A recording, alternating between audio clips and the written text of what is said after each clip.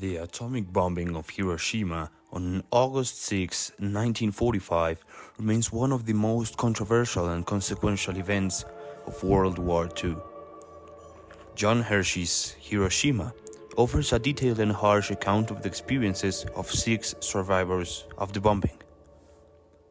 The constant clash between politics, military, and civil population call into question the decision-making and all the ethical and moral considerations behind the process.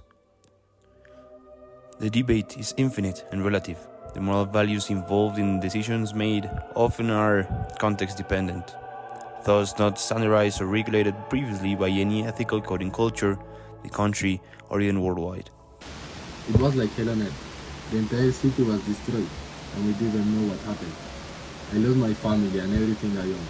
I couldn't believe what I was seeing. From the Japanese government's point of view, the bombing was seen as an unmeasured and brutal act of aggression by the United States, which led to the loss of innocent lives and caused irreversible damage to Hiroshima. The bombing was seen as an attack of Japan's honor and dignity, to its culture and its elegance. At that moment, chaos and devastation fueled hate against Americans throughout the country. Similarly, the Japanese people experienced immense suffering and devastation as a result of the bombing, with many losing their families, homes, and hope. 140,000 Japanese were killed, roughly 50% of those within 1.2 kilometers of the hypocenter, estimated to have died that day. Approaching the hypocenter, 80 to 100% died.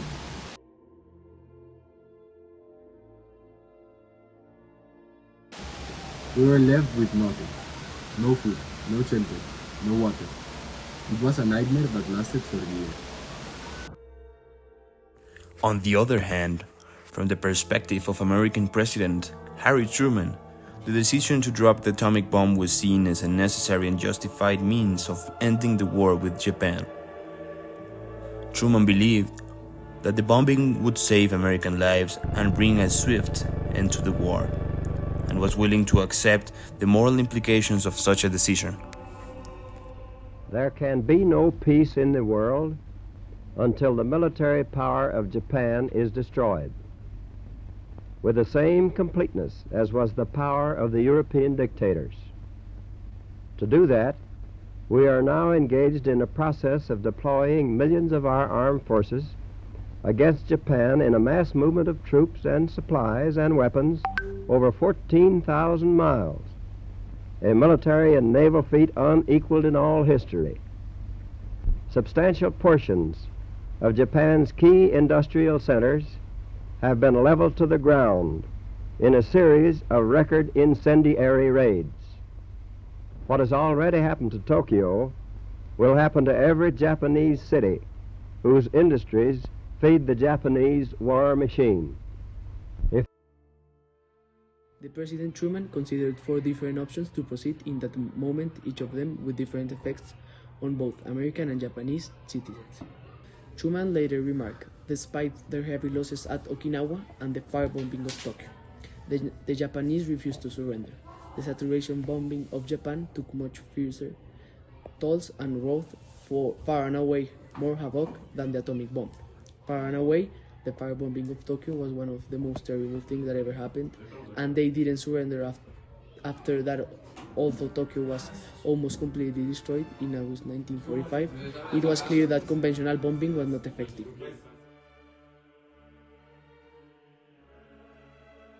In August of 1945, it appeared inevitable that Japanese civilians would have to suffer more death and casualties before surrender. A ground invasion would result in excessive American casualties as well. Americans also considered a demonstration on an unpopulated island.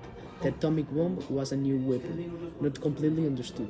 The world would be watching the demonstration of a weapon so frightening that the enemy would surrender without a fight. What is this super weapon didn't work? Would that encourage Japan to fight harder? Actually, there were only 2 bombs in existence at the time. More were in production, but new questions emerge. Was it worth it to expend 50% of the country's atomic arsenal in a demonstration? Truman and his advisors conclude that only bombing a city would make an adequate impression. The target cities were carefully chosen. It had to be a city primarily devoted to military production. This was complicated, however, because in Japan workers' homes were intermingled with factories, so that was impossible to find a target that was exclusively military. Finally, Truman stipulated it should not be a city of traditional cultural significance to Japan, such as Kyoto. Truman did not seek to destroy Japanese culture or people, though it was to destroy Japan's ability to make war. So on the morning of August 6 of 1945, the American B-29 bomber, the Enola Gay, dropped the world's first atomic bomb over the city of Hiroshima. The press was not informed of his decision. Only the man who had made it could wonder at its effect.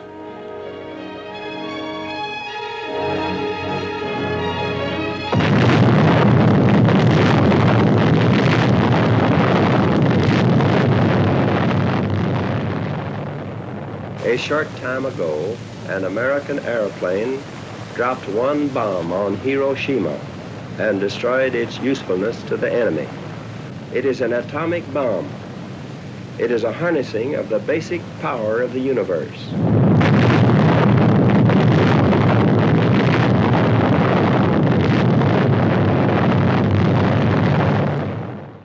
However, the American population was deeply divided in their opinions of the bombing, with many questioning the ethical and moral justifications for such a devastating act of violence. The bombing of Hiroshima was a turning point in world history.